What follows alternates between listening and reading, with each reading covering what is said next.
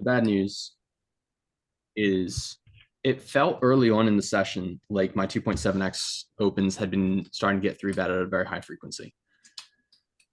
And that was further corroborated by the fact that Brown showed up at showdown after three betting with queen jack offsuit and king nine offsuit.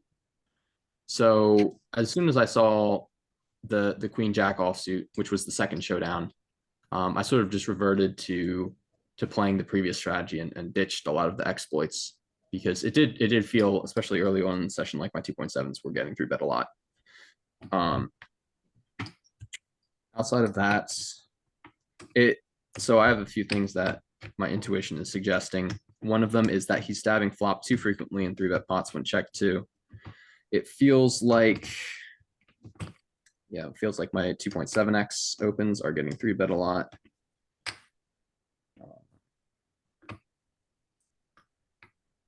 Big. Oh, I also adjusted my four bet size, which I think I mentioned to you. I think I mentioned to you on Discord earlier. Yeah, during the break I messaged you about it. But given that his three bet size, or given that his three bet range is too merged, it felt appropriate to. Sorry, could you also upload today's hand history so I can have a look? Yeah, for sure. A lot of stuff to upload. The heads up challenge video is uploading right now, so we need to wait for that to finish, and then sure. I'll send you the hands. He also actually want to look at this real quick as well, because he jammed pocket sevens against me today after I four bet with ace king.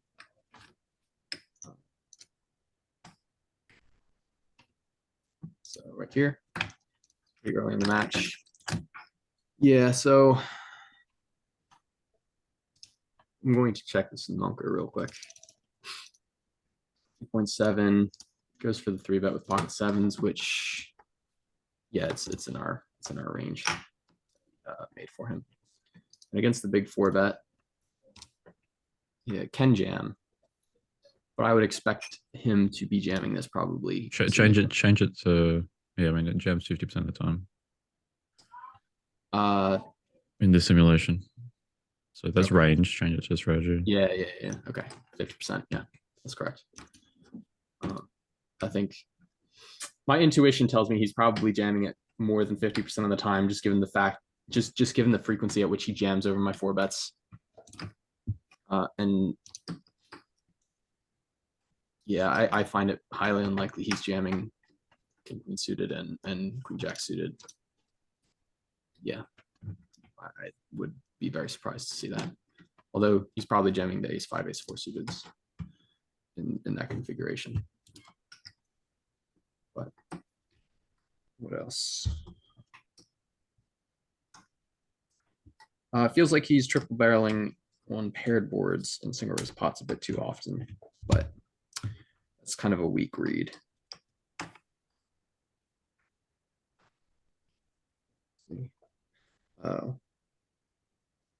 Yeah, and I played a hand. This is just something for me to look at, but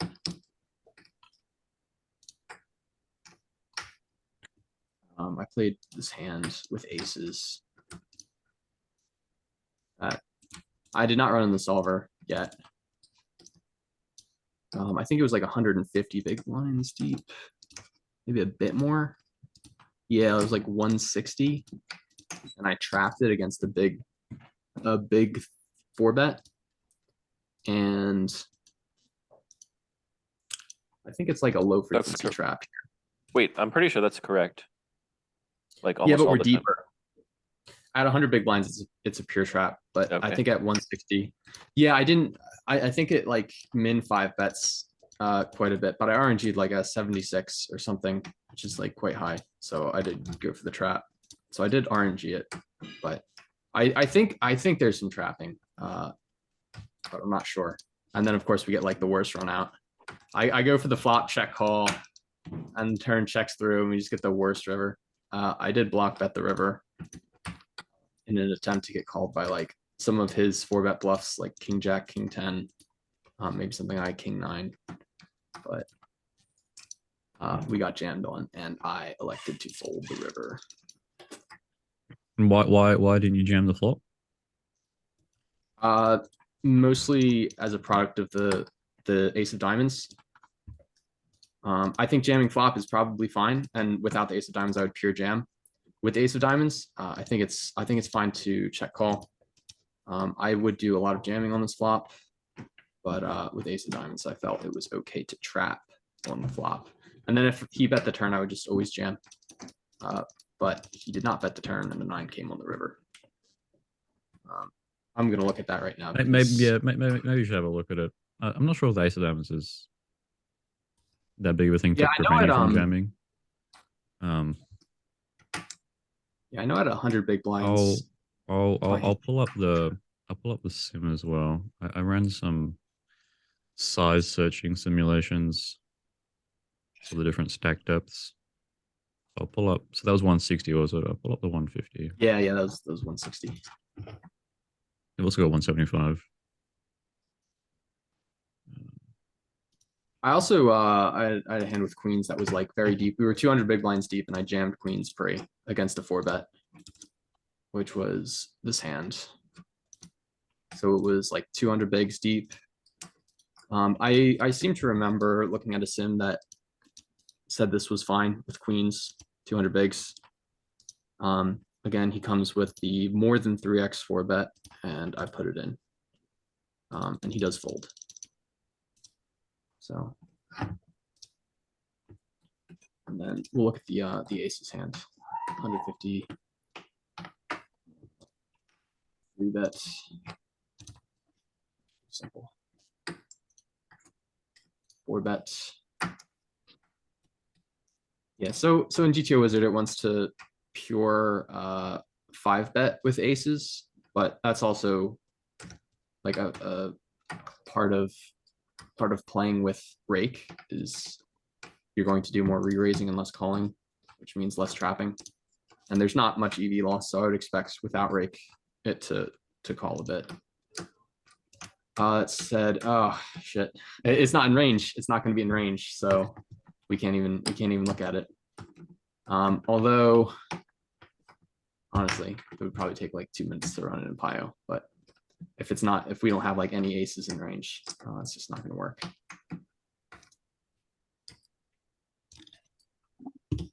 I'm going to check it in. Actually, I can check it in strings preflop viewer. Yeah, here at 150, we've got it trapping half the time. Is there trapping half the time? Okay. At 175.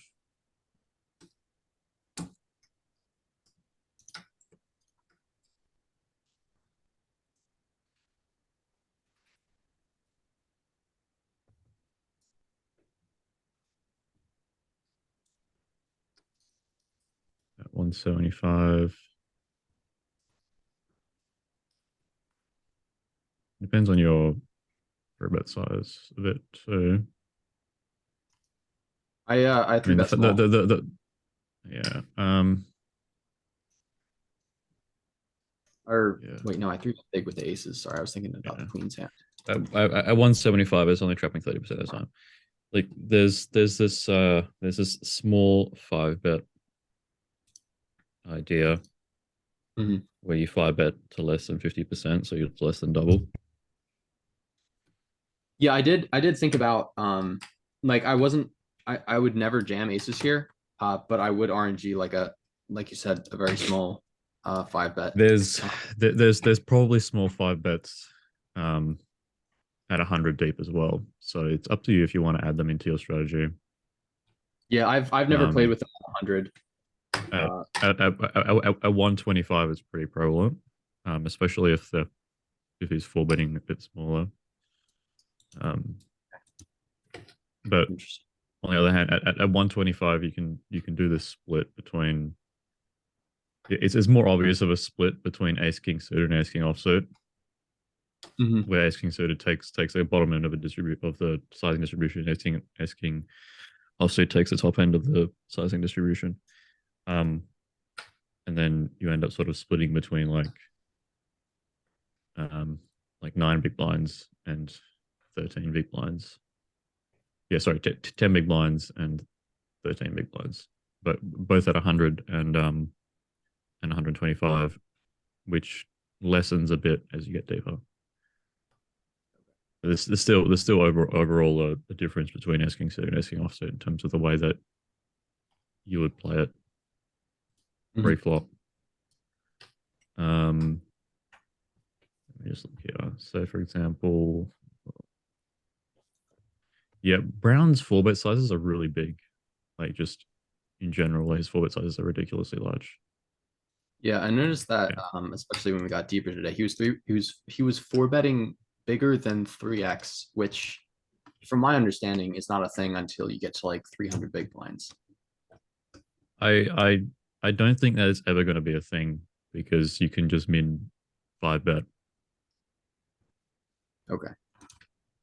So the real way to exploit these really big 4-bets is to min 5-bet with like aces and kings. Like it just shreds them. Yeah. Because the whole idea with the big 4-bet is for you to call and then they get to they get to check back the flop if you're trapping. Mhm. You can just sort of remove that. You can just overfold a lot and then fold a lot and then not really have so many of the traps with like the aces and stuff and just min 5-bet and then you can't get to see the flop for free. Well, not for free, for his 4-bet size. So the whole 4-bet bigger when you're deeper thing doesn't from the calculations that I've run doesn't appear to be that much of a factor when you factor in when you get the idea of this small 5-bet being used. Okay. Yeah, I'll try to add that in when we do get deep. It could have been used here, I think, but I think also calling is okay. All right. If you want to add it in, I'll run a 150. I'll run a 150 sim for you using the sizes that you guys have using the sizes that Brown's 4-bet, and then I'll add in some small 5-bet sizes for you.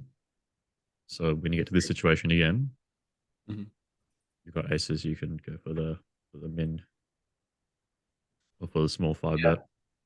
It's also the min size. My intuition suggests that Brown's 4-bet range construction may be too bluff heavy. I think that's also somewhat corroborated by the fact that he folds so frequently to 5-bets. I think we looked through the stats the other day, and you brought up the fact that he's folding to 5-bets at like a crazy rate. Yeah. He was folding 70% of the time against a jam. Yeah, and that also it didn't factor in heavily, but like the thought crossed my mind in this hand is like, well, he could just fold. But it's also I want to check this queen's hand as well. Do you have 200 big blind stuff right now? Yep. Yeah, could we check my jam with queens here? So it was small 3-bet, 3-bet to 9 big blinds. And he goes for the 4-bet to 29 big blinds, and I have queens. We're 200 big blinds deep. We're like 195. It's like basically 200 big blinds deep.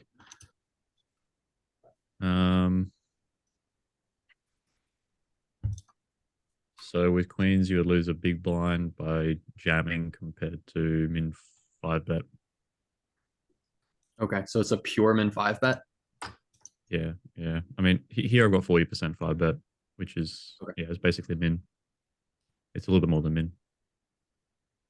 So you just you would put in like a quarter of your stack, so you'd make it 50. Here in the simulation, it's 54 big blinds. Oh wow! So I lost a full big blind by not having a min 5-bet in my strategy. That's a lot. Yeah. Wow. All right. Yeah, yeah. Whenever the sims are completed, definitely send them over to me. I would be very interested to learn a lot of that stuff. If for the next sims, yeah, just take note that he's whenever we're deeper than like 150 big blinds, he's four betting just massive to 29 big blinds. Sure. And do you want me to choose your 3-bet sizes for you? I'll choose 2 3-bet sizes for you. I already have hotkeys for 9 and 12. I don't mind typing it in. All right, yeah. We'll use 9 and 12. I thought, yeah. Can you change your bigger hotkey to 12.5? Because that fits with the previous set of sims that we're running. Yeah, 12.5. So I'm 3-betting to 12.5, and I'm also limp re-raising to 12.5. Yep. So both of those will be the same. Yeah. All right, we'll do. That's pretty much everything I actually want to cover from today. All right, yeah. Once you send me the hands, I'll be able to run some more simulations. I think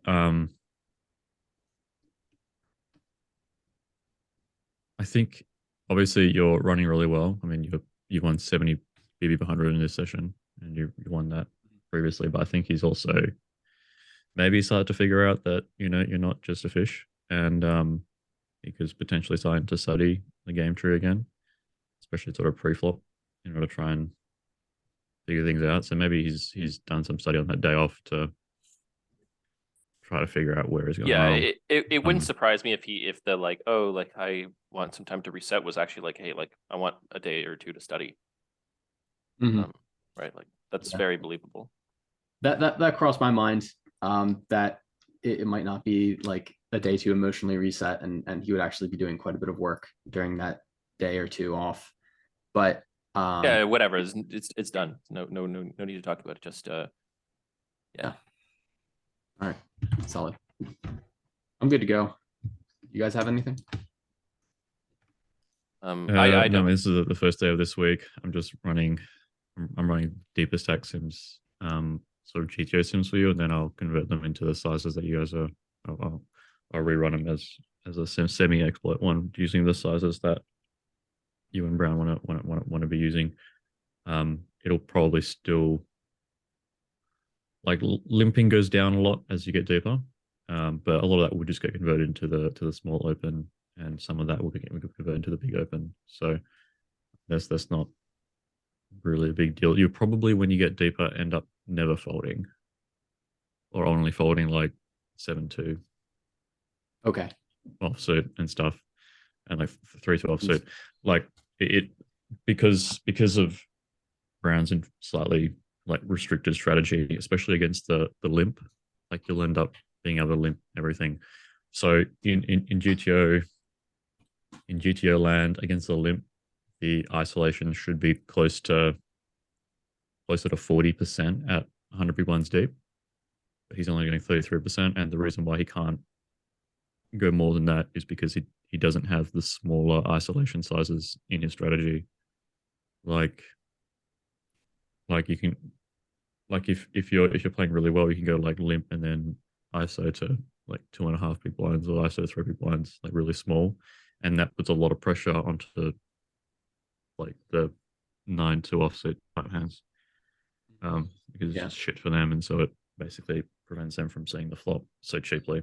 But he's not doing that, so you'll just continue to limp and pick up that small amount of EV with those particular hands. And it doesn't really impact the rest of your strategy that much, honestly, to have those hands in the limping range. It's just free EV for you, essentially. Now, do you have any particular post flop spots that you want me to look at? And if you do, you should. If you have a lot, if you have one or two, you can just say it now. But if you have a lot, send them in a message, and I'll try and look through it. Yeah, I have like I think I have 2 or 3. Really quick. The first one is it feels as though he's stabbing flop too frequently in 3-bet pots. So when I don't see bet after 3-betting, it feels like I'm facing a lot of imposition stabs. Yeah. Did you upload the hands? Oh, not yet. Yeah, let's try that so that I can get the new statistic, and we'll look it up right now. Great. Great. Marcus, how do you feel things are going? I didn't watch any of it today. But yeah, I mean, it looks like things are going quite well, and like we're just like staying on course is literally all we have to do right now. Like I think you guys are working together really well. We're discussing things that are relevant, and yeah, I'd like this to basically just continue. My job will come in when things are not on track.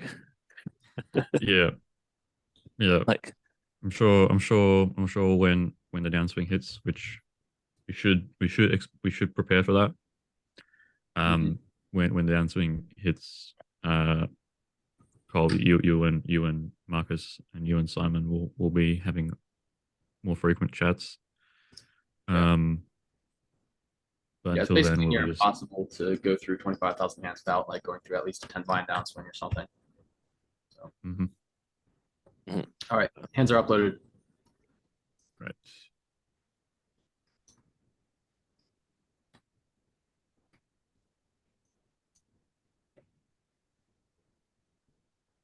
Then the other thing I wanted you to look at really quick is, does he triple barrel too often in single race pots on paired boards? I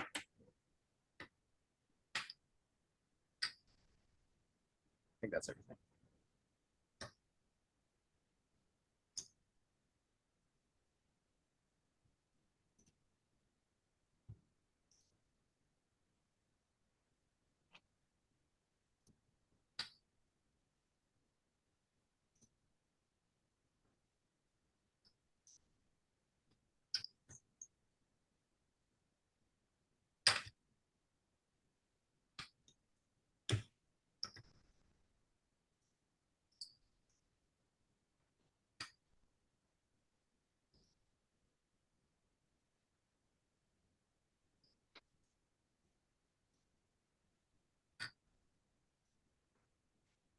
So you're at what, 30 blinds now? Yeah, it's likely a bit more, but it should be around 30. Okay. very good. So what was the statistic that you wanted to look at? The imposition stab in 3-bet pots.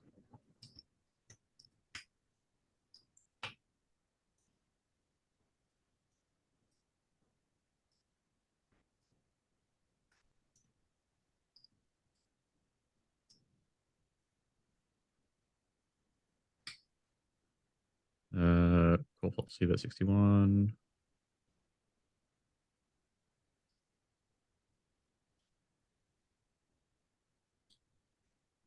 Raise flop C bet 8%. Okay, that's interesting. So it's not raising your flop bets a lot. In the 3-bet pods. So like I would expect his raising frequency to be higher than that. It's probably fine for in position, because I do use some big sizes as well.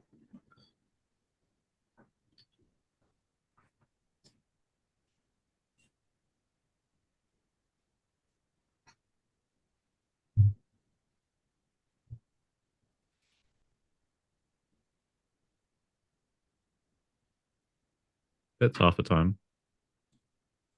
That's not too bad. Okay. Do you want me to filter it for lately? Yeah, yeah. Um,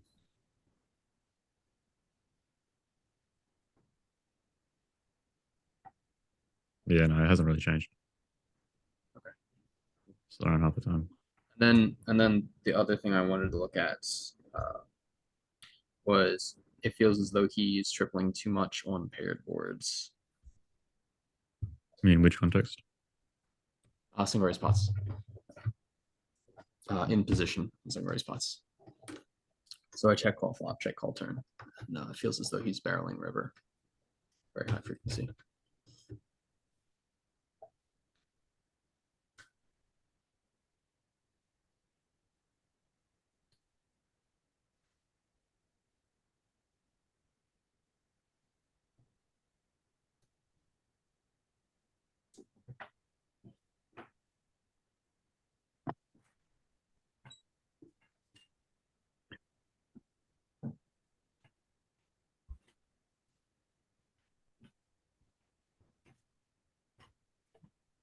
So his triple barrel line overall is 70%. So after he bets the flop and the turn, overall, he's got a 70% chance of betting the river. That seems Um, super high, especially given like the sizes he's using on the river. Like he's overbetting the river a lot. I mean that would matter more for the turn size. So if his turn size is really big, this number should drop. Mm-hmm. If his turn size is small, then betting the river more frequently makes more sense. Yeah, but Like like after it goes 70%. one bet. Yeah, 70% is really high. Yeah. So the exploit there would just be overfold the turn, right? Just like way overfold the turn because Yep. and is just Yep. going to be Yep. indifferent on the river. Yep. When he bets the flop and you call and then he bets a turn, like 70% chance he's going to bet the river. So most hands aren't really going to want to continue against that um, unless he bets really small. So like 70% continuation betting frequency basically means that anything more than what's Omega for that size? Yeah, 75%. Is that right? Yeah, anything more than 75%. 0.75 divided by 2.5. Yeah. Anything more than a 75% bet size on the turn isn't really going to be worth it for a pure bluff catcher. Assuming this is all like bluffs that give up the checkbacks, I mean, Mhm. on the river. So if he doesn't really have them, bets more than three quarters on average. Yeah.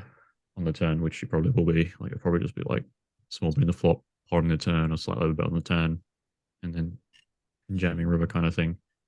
It's probably the case that he's under bluffing, in under bluffing the turn and then over bluffing the river, maybe. Uh, Not entirely sure whether it's over bluffing the river or could just be under bluffing the turn. Um, so we can probably say definitely that he's under bluffing the turn, but can't say for certainty whether or not he's over bluffing the river. So in that particular case, yeah, over full turn and always call river or call river at much higher frequency in this triple barrel line on the flop.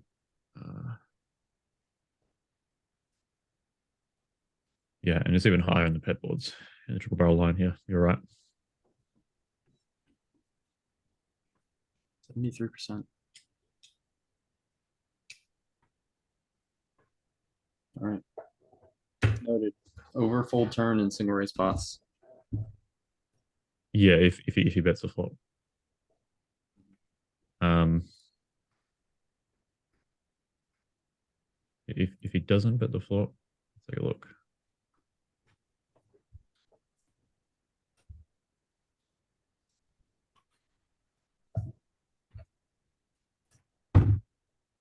Yeah, if he doesn't bet the flop and then he bets the turn, he checks back the river half the time, which is about right in terms of a bluff value ratio. So it's specifically this triple barrel line, which is potentially under bluffed on the turn. Yeah, I've noticed that he he tends to bet the river at like an extremely high frequency in the check down lines when it's like triple Broadway or something where he has like a lot of fairly intuitive checks on the flop and turn, and then they can go for value on the river. For example, like Ace King 10, flop checks through, turn checks through. I checked him on the river, and he bets at like it feels like he bets at an extremely high frequency there. I'd caution that. That seems like there just wouldn't be enough hands on that. Like there it seems like there like could be max like 3 to 5 hands like that. So it's Yeah. not just that board, but it's that Yeah. board type. So yeah, you're saying like triple high? Yeah, yeah.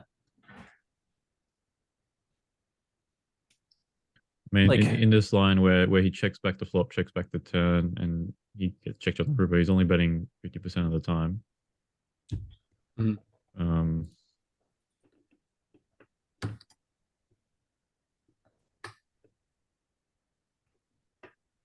triple high. I don't know if it's telling me that many. Yeah, okay. 20%. There's only 9 hands. Not enough. All right. Yeah, that's fine. Um,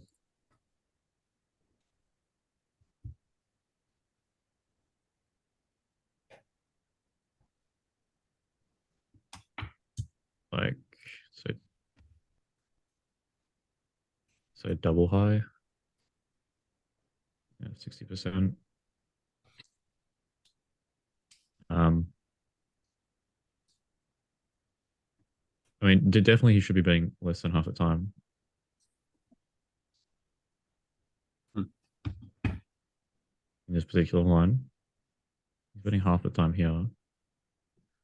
It could be the case that on certain board types he could be betting slightly more, but I think it's unclear. Um, Okay.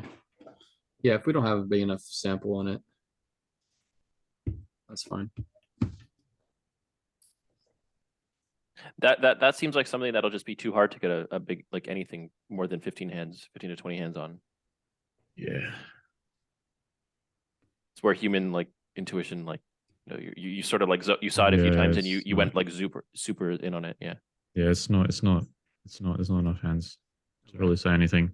Like you can say overall he's betting half the time when he checks down, but yeah, I don't think that's enough to really make any like this statistic here. 50% is not enough to make any particular exploit in this particular line. Um, certainly it should be less than half just because of the 50% rule. But I don't think he's like trying to avoid showdown. Mhm. Okay. Take a little turn. Yeah, okay. So here, this is something you can probably exploit. What's that? So this is if he checks back the flop and then he gets checked you on the turn. So his betting frequency here is only 30%. And that's very low. What should it be? Is it like 50%? Yeah, so because of the 50% rule, like it should be close to 50%. Mhm. Um, Is that what is called Thomas's razor? Hmm. yeah, 50%. Pinot Grigio, yeah. Nice. It makes things very easy. Yeah, Uh, I've noticed that phenomenon in donking spots. So if I've noticed that in spots where in position checks back the flop um, more than 50% of the time, it's generally a spot where out of position should have donks. Hmm. There's some exceptions to that, like spots where in position is supposed to overbet, but I found that to generally be the case as well.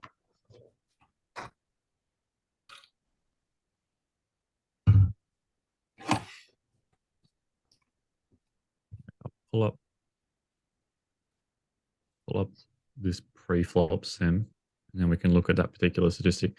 The beautiful thing about some of these pre-flop sims is, especially in bunker, is that you can look at the overall frequencies and compare it to the database.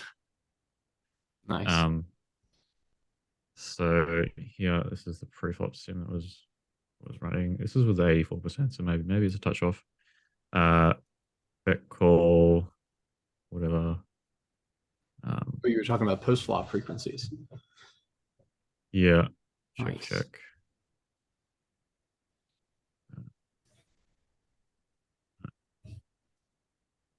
This tells you nothing.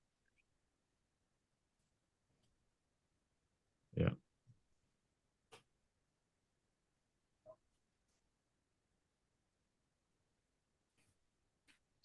This.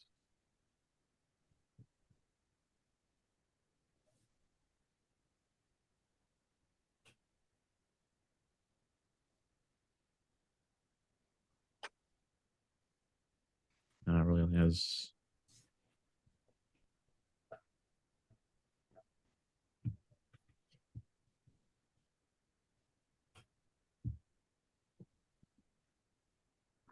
Yeah, it doesn't have an overview. Doesn't have the overall statistic. It's only got that for the flop. Maybe I need to change something. Anyway, You can see it ranges from 25 to 80 as a median. This is just for one particular flop, and the median's around 60%. You can see here in the middle. So the average c-bet frequency is 60%, you're saying? I mean, it depends on the flop. Sorry, it's not c-bet frequency. It's turn bet frequency when it checks through on the flop, and then you check them a second time. That's 60%. Wow. Yeah, so it should be around. So no, it should be 60% check, 40% bet. I will say, and he doesn't seem to he's have many small turn delay c-bets. That might just, I might be wrong on that, but I don't recall facing that many very small turns delay c-bets. It feels like his 75%.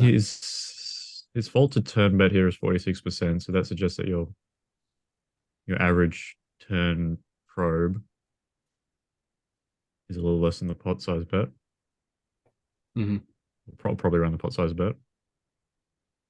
Is that correct? I use a bunch of different sizes to put an average on it.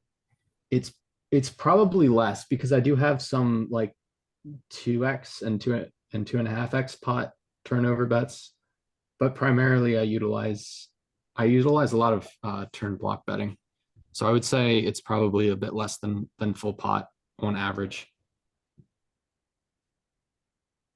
Yeah. So in that case, he's probably overfolding to your block bet. Let's have a look. So if you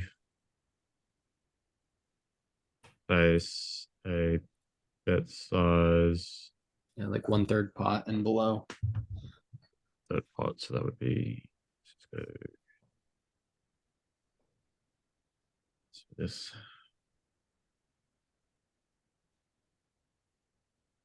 1/3 pot folding 20%, which is about right.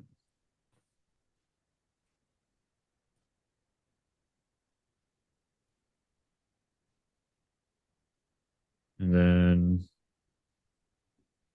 pot or more, folding 65%.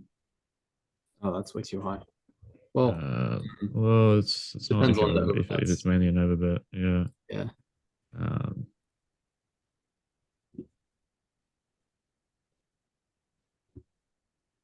it's roughly pot at 60%. So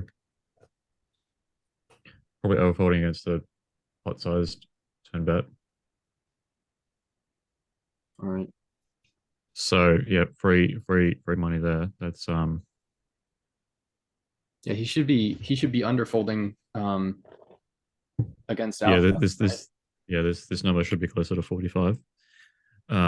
So basically flop checks through, you just pot the turn and you win maybe a quarter of the pot. Less. Yeah, 20% of the pot don't for need free. equity, right? My bluffs don't need equity. Yeah. You just win 20% for free. Wow. So basically, anytime we have an air ball or better, like anything between like, let's see, any bluff really, you can pot the turn. And he's overfolding. Probably give up the river then.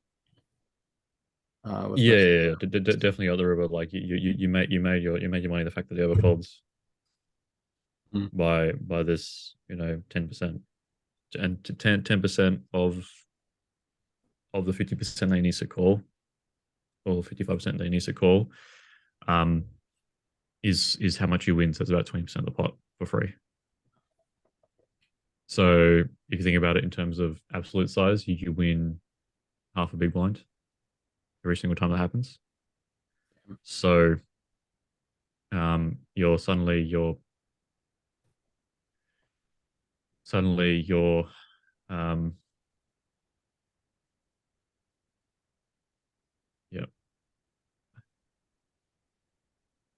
this 1,278 hands, if you have a really shitty hand, you end up winning an extra half a big blind. So in terms of overall frequency, probably calculate that to pre-flop. Or pre-flop.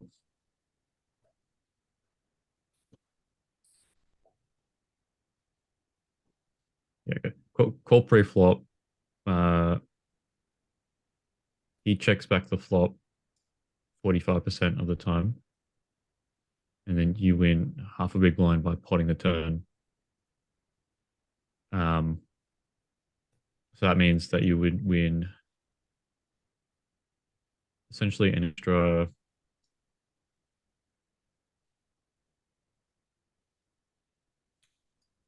probably 20 to 25 big blinds behind her hands in the calling range. Wow. Because it produces a bit of an additional floor into your pre-flop calling range. This is really sorry if it's a bit too abstract, but basically what I'm saying is you can change your pre-flop calling range and call a bit wider, or like not necessarily call wider, but like basically call Call more because yeah, in those you lines you're crushing it by call more. wider. Yeah. Yeah, you would end Yeah. up calling wider because it's basically an extra free 20 to 25 BB per 100 when you're calling, And he checks back because the flop. you win 50 BB per 100 by him checking back and you potting the turn and him overfolding. So like these are the kinds of adjustments it's difficult to put in the solver because the solver will actively avoid it. Mhm. Yeah, that makes sense. Yeah, I did Will start. actively avoid making mistakes this big, so it's difficult to put in the solver. So like some of these in different hands that maybe you were, or like these coin flip hands that maybe you were folding before, Mhm. probably you could call and then checks back the turn, you just pot it into him. Doesn't it Yeah. matter a bit if how much he's c betting? Yeah, this is flop C bet. Oh, that's about right. That's about right. Okay. So yeah, 56. So he checks back 44, so 43, and then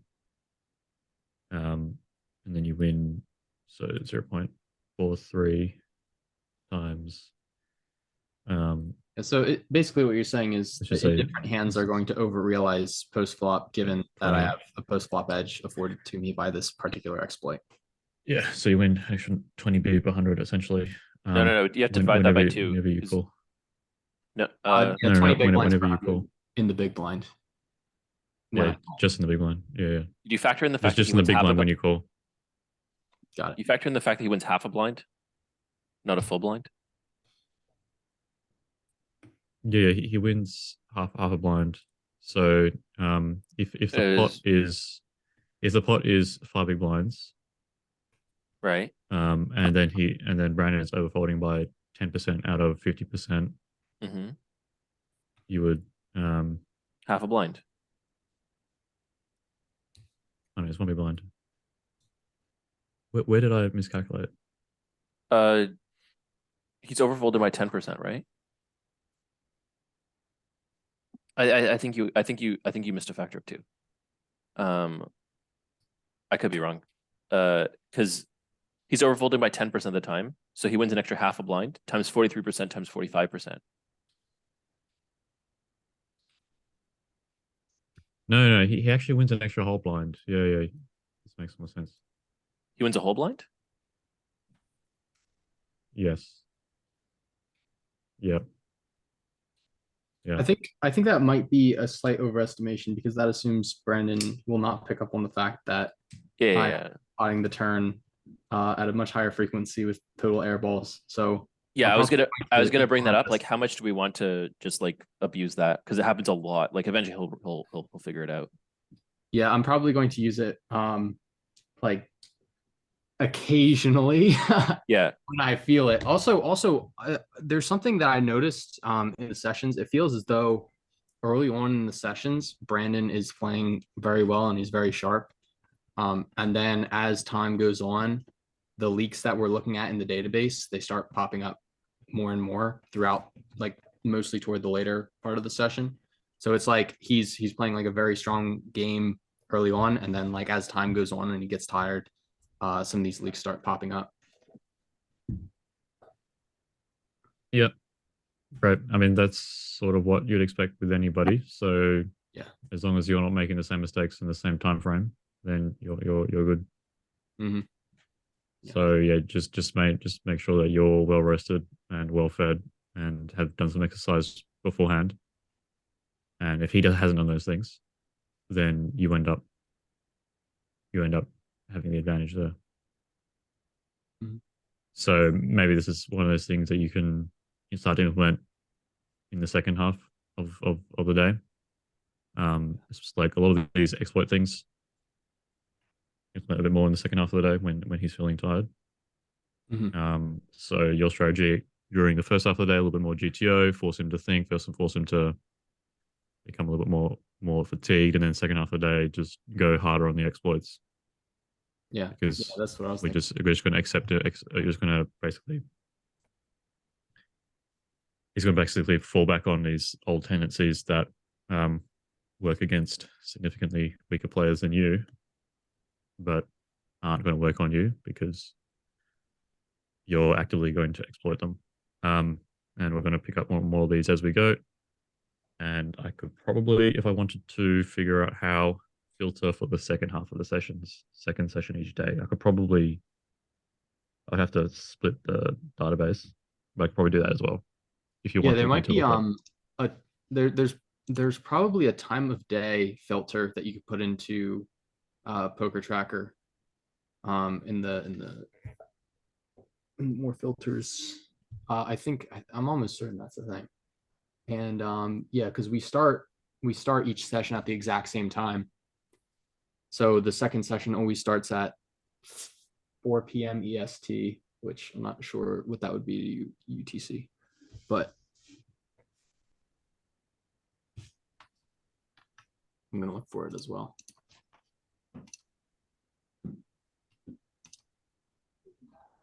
You Yeah, can yeah. do it There's just by you can just Oh, select it's that time of sessions. day. wait. It's There's time of a day. yeah. There's time of day filter. Oh, there we go. You found it too. I found it when I found it. Yeah. All right.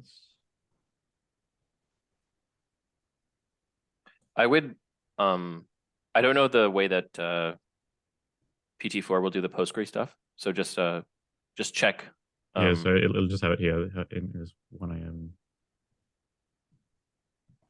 Then you take a 1 hour break. And you start back up again at 4 a.m. So let's try that after 4 a.m. So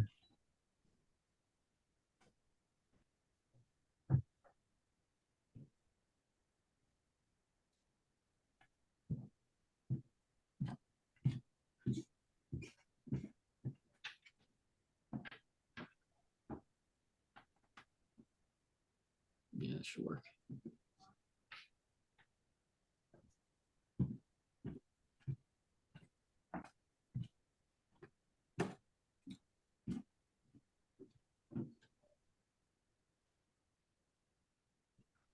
yeah, well, you definitely are winning at a high frequency in the second half. wait, he is? No. I think it's in the first half, right? He's winning more in the first half. No, you Cole are winning more in the second half, and so yeah. So this is the second half. Yeah. So Oh. you're winning at 50, Oh, you're and right. then Maybe I was looking at the all-in adjusted. No, we were working at the knot. My all-in adjusted is higher in the first half, and my win rate is higher No, in the second half. do it again. So you're all in adjusted 40 here, and then when it's selected, 27. 2026. Um,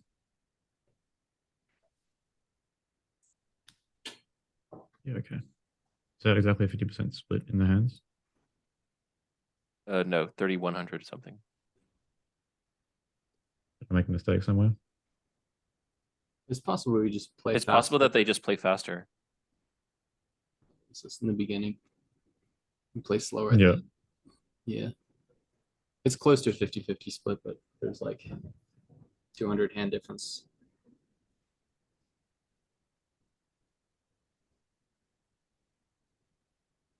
$330 hand difference. 10%. Yeah. That's very Yeah, plausible. try play 10%. Yeah, try 10% faster. I'm not going to read too much into that, but it's good that now we can have that filter. Go back to some of this stuff. Um,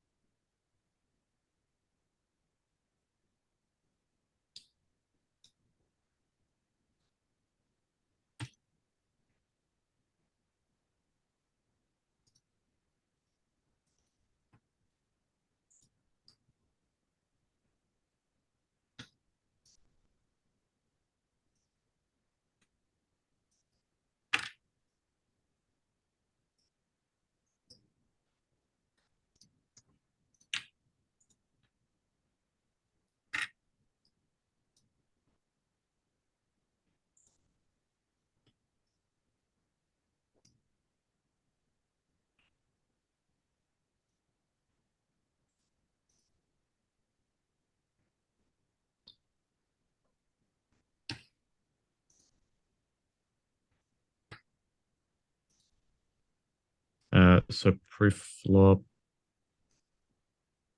2-bet.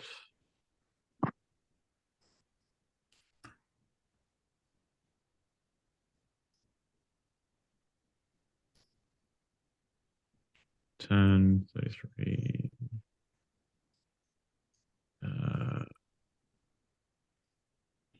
Yeah, okay, check flop. So this is the same line. Yep.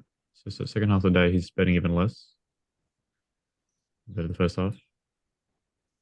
I mean, Nice. it's subtle. What did you say? So yeah, second half of the day, when checks are on the flop, that's even less on the turn. It's a subtle thing, but it's significant, I think. So yeah, So 50 he's out of probably playing a 149 lot closer to in the optimal first half, in the first half. Yeah. and then the second half Well, that's big. is 38 and 138, so an extra 5% checkbacks.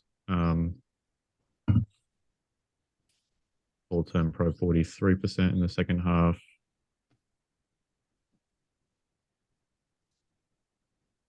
Versus 45% in the first half.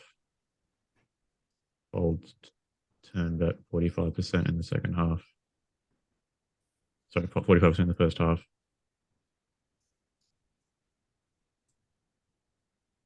Fold to turn bet 47% in the second half. So yeah, it seems like in the second half of the day, he is much more give up happy.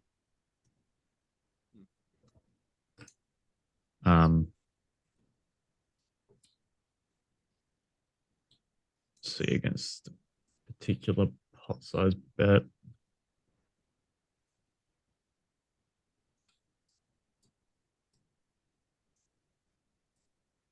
Fold to 56% against the pot size bet in the second half.